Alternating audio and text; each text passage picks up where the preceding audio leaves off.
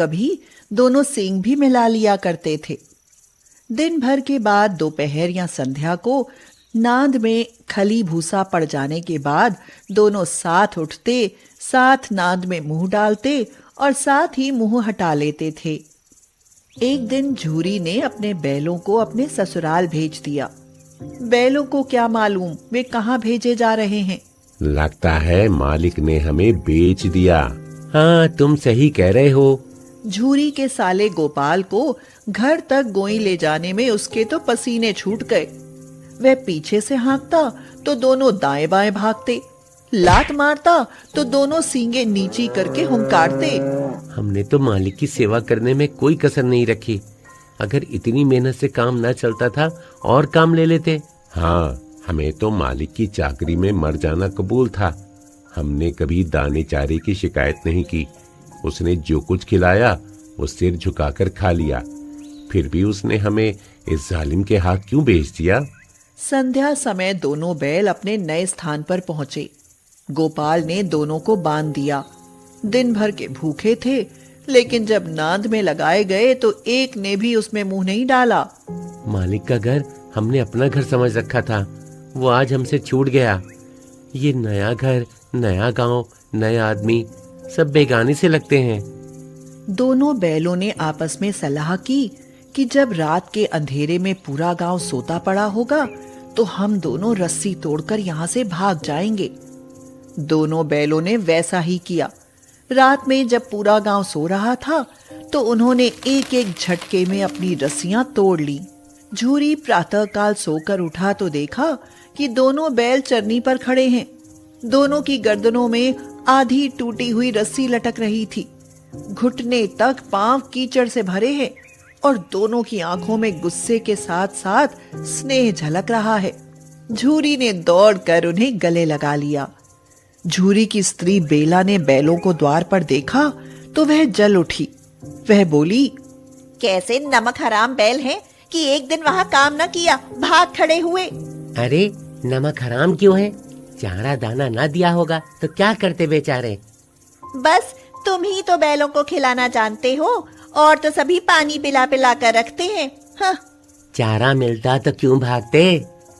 भागे इसलिए कि वे लोग तुम जैसे बुद्धुओं की तरह बैल को सहलाते नहीं, खिलाते हैं तो रगड़कर जोतते भी हैं। ये दोनों ठहरे कामचोर भाग निकले। अब देखो कहाँ से खली और चोकर मिलता है। सूखे भूसे के सिवा कुछ ना दूंगी, खाए चाहे मरे। वही हुआ। बैलों को खाली सूखा भूसा दिया गया। बैलों ने नाद में मुंह डाला तो फीका फीका, ना कोई चिकनाहट ना कोई रस। दूसरे दिन झूरी का साला फिर आया और बैलों को ले चला। अब की उसने दोनों को गाड़ी में जोता। मैं ये गाड़ी को खाई में गिरा दूंगा। पर हीरा समझदार था। हीरा ने संभाल लिया। संध्या समय घर पहुंचकर उसने दोनों को मोटी रस्सियों से बांधा और कल की शरारत का मजा चखाया। फिर वही सूखा भूसा डाल दिया। अपने दोनों बैलों को खली चूनी सब कुछ दिया और हमें यह सूखा भूसा डाल दिया। दोनों बैलों का ऐसा अपमान कभी ना हुआ था। यहाँ इतनी मार पड़ने के बाद ये सूखा भूसा मिला है। दोनों ने नाद की तरफ आंखें तक ना उठाईं।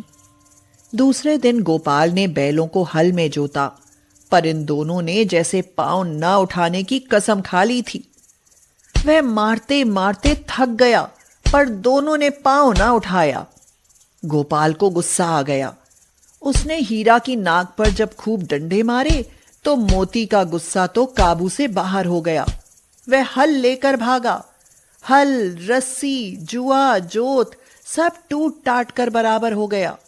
गले में बड़ी बड़ी रस्सियां ना होती तो दोनों पकड़ में ना आते। भागना व्यर्थ है, तुम्हारी तो इसने जान ही ले ली थी। अब की बड़ी मार पड़ेगी। पड़ने दो, बैल का जन्म लिया है तो मार से कहां तक बचेंगे। गोपाल दो आदमियों के साथ दौड़ा आ रहा है। दोनों के हाथों में लाठियां हैं। कहो तो दिखा दूं मजा, मैं भी लाठी लेकर आ रहा है। नहीं भाई, खड़े हो जाओ, मुझे मारेगा तो मैं एक दो को गिरा दूंगा। इतने में गोपाल आ पहुंचा और दोनों को पकड़कर ले चला। कुशल हुई कि उसने इस वक्त मारपीट ना की, नहीं तो मोती पलट पड़ता। आज दोनों के सामने फिर वही सूखा भूसा लाया गया। दोनों चुपचाप खड़े रहे।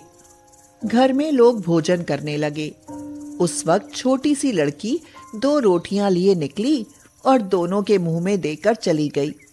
उस एक रोटी से इनकी भूख तो क्या शांत होती, पर दोनों के हृदय को मानो भोजन मिल गया। लड़की गोपाल की थी। उसकी मां मर चुकी थी और उसकी सौतेली मां उसे मारती रहती थी। दोनों दिन भर जाते, डंडे खाते, शाम को थान पर बांध दिए जाते और रात को वही बालिका उन्हें 2 रोटियां खिला जाती। प्रेम के इस प्रसाद की यह बरकत थी कि 2-2 गाल सूखा भूसा खाकर भी दोनों दुर्बल न होते थे, मगर दोनों की आंखों में रोम रोम में विद्रोह भरा हुआ था। एक दिन मोती बोला, अब तो नहीं सहा जाता हीरा। क्या करना चाहते हो? एक आध को सींगों पर उठाकर फेंक दूंगा।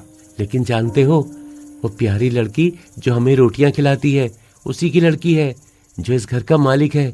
ये बेचारी अनाथ हो जाएगी। तो मालकिन को फेंक दूं? वही तो इस लड़की को मारती है। लेकिन औरत जात पर सींग चलाना मना है, ये भूल जाते हो तुम तो किसी तरह निकलने ही नहीं देते। बताओ, तोड़ाकर भाग चले? हाँ, ये मैं स्वीकार करता, लेकिन इतनी मोटी रस्सी टूटेगी कैसे? रात को जब बालिका रोटियां खिलाकर चली गई तो दोनों रस्सियां चबने लगे, पर मोटी रस्सी मुंह में ना आती थी। बेचारे बार बार जोर लगाकर रह जाते थे। सहसा घर का द्वार खुला और वह लड़की निकली। दोनों सिर झुकाकर उसका हाथ चाटने लगे। उसने उनके माथे सहलाए और बोली, खोल देती हूँ, चुपके से भाग जाओ, नहीं तो ये लोग मार डालेंगे। आज घर में सलाह हो रही है कि इनकी नाकों में नाथ डाल दी जाए। लड़की ने रस्सी खोल दी, पर हीरा और मोती दोनों चुप खड़े रहे। अब चलते क्यों नहीं? चलें तो, लेकिन कल इस अनाथ पर आफत आएगी, सब इसी पर संदेह करेंगे। सहसा बालिका चिल्लाई, दोनों बैल भागे जा रहे हैं। ओ दादा दादा, दोनों बैल भागे जा रहे हैं। ओ दादा दादा, दोनों बैल भागे जा रहे हैं, जल्दी दौड़ो। गोपाल हड़बड़ाकर भीतर से निकला और बैलों को पकड़ने चला। वे दोनों भागे। गोपाल ने पीछा किया और भी तेज हुए। गोपाल ने शोर मचाया। फिर गांव के कुछ आदमियों को भी साथ लेने के लिए लौटा।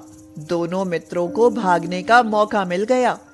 सीधे दौड़ते चले गए, यहाँ तक कि मार्ग का ज्ञान न रहा। जिस परिचित मार्ग से आए थे उसका यहाँ पता न था। नए नए गांव मिलने लगे। तब दोनों एक खेत के किनारे खड़े होकर सोचने लगे, अब क्या करना चाहिए? मुझे मालूम होता है, हम